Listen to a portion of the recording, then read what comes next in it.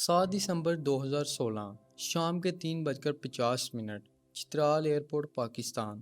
ایک چھوٹا سا پلین اسلام آباد کے لیے رواں ہوتا ہے۔ پلین میں ٹوٹل 47 لوگ تھے۔ کچھ لوگ اپنے گھر جا رہے تھے، کچھ لوگ اپنے کام سے واپس آ رہے تھے، اور انہی میں ایک شخص ایسے بھی تھے جسے پورا پاکستان جانتا ہے، جن کا ایک گانا آج بھی ہر پاکستانی کے دل میں زندہ ہے، جنید جمشید۔ سب کچھ بالکل نارمل تھا، پائلٹ بھی نارمل، موسم بھی نارمل، فلائٹ بھی نارمل، لیکن صرف کچھ ہی منٹ بعد اس فلائٹ کے ساتھ کچھ ایسا ہوتا ہے جو پورے پاکستان کو ہلا دیتا ہے۔ اور سب سے حیران کرنے والی بات یہ ہے کہ بعد میں جو انویسٹیگیشن آتی ہے وہ اس ایکسیڈنٹ کو اور بھی زیادہ سوال بنا دیتی ہے۔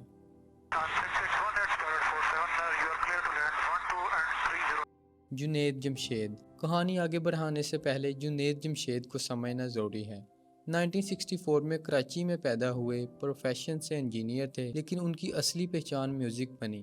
1987 میں وائٹل سائنس بینڈ کے ساتھ انہوں نے شروعات کی، اور پھر آیا ایک گانا، دل دل پاکستان۔ یہ صرف گانا نہیں تھا، یہ پاکستانیوں کی پہچان تھی۔ اس وقت ان کے پاس سب کچھ تھا، شہرت، پیسہ، کنسرٹس، فیم، لیکن پھر انہوں نے ایک بڑا فیصلہ لیا۔ انہوں نے میوزک چھوڑ دیا اور اپنی زندگی دین کے راستے پر لگا دی۔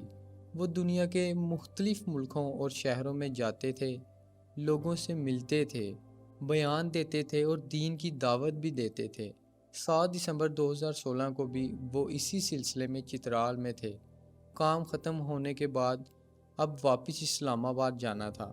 انہیں کیا پتا تھا کہ یہ ان کا آخری سفر بننے والا ہے۔ Flight PK-661۔ اب بات کرتے ہیں اس فلائٹ کی۔ یہ کوئی انٹرنیشنل فلائٹ نہیں تھی، بس ایک ڈومیسٹک فلائٹ تھی، چترال سے اسلام آباد روز چلنے والی نارمل فلائٹ۔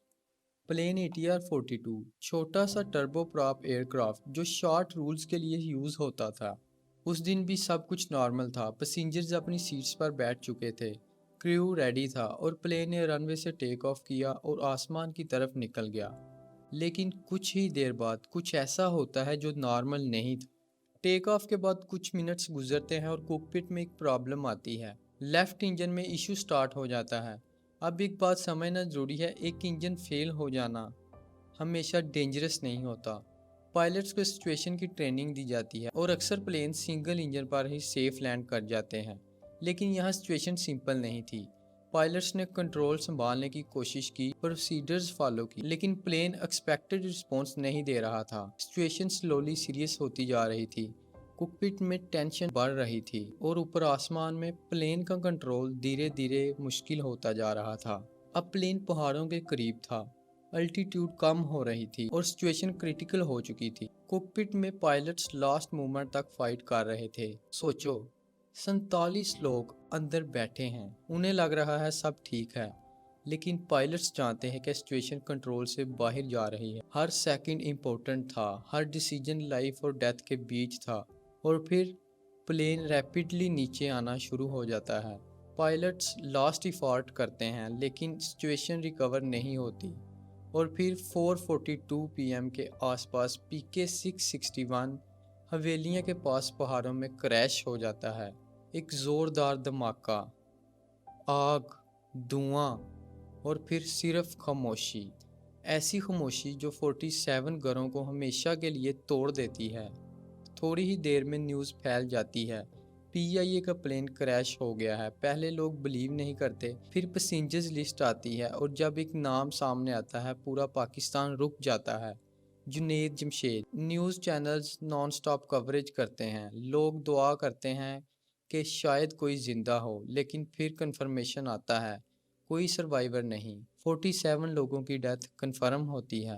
کریش کے بعد انویسٹیگیشن سٹارٹ ہوتی ہے، بلیک باکس ڈیٹا چیک ہوتا ہے، ایئر کرافٹ ہسٹری دیکھی جاتی ہے، اور سلولی ایک پکچر سامنے آتی ہے۔ رپورٹ کے مطابق لیفٹ انجن میں ٹیکنیکل فیلئر ہوا تھا، اور مینٹیننس پروسیس میں کچھ سیریس ایشو بھی ہائی لائٹ ہوئے۔ یعنی پرابلم صرف سڈن نہیں تھی، اس کے پیچھے سسٹم اور مینٹیننس کا اینگل بھی تھا، اور یہ وہی پارٹ تھا جس نے اس ایکسیڈنٹ کو اور بھی سیریس بنا دیا۔ کبھی کبھی ایکسیڈنٹس صرف سیکنڈز میں ہوتے ہیں، لیکن ان کا اثر زندگی بھر رہتا ہے۔ PK-661 بھی ایسا ہی کیس تھا۔ 47 لوگ، ایک فلائٹ اور کچھ منٹس جس نے پوری کہانی بدل دی۔ اور سب سے بڑا سوال یہ ہے کہ کیا ایسے ایکسیڈنٹس دوبارہ ہو سکتے ہیں؟ اللہ حافظ، بائے بائے، ٹیک کیئر۔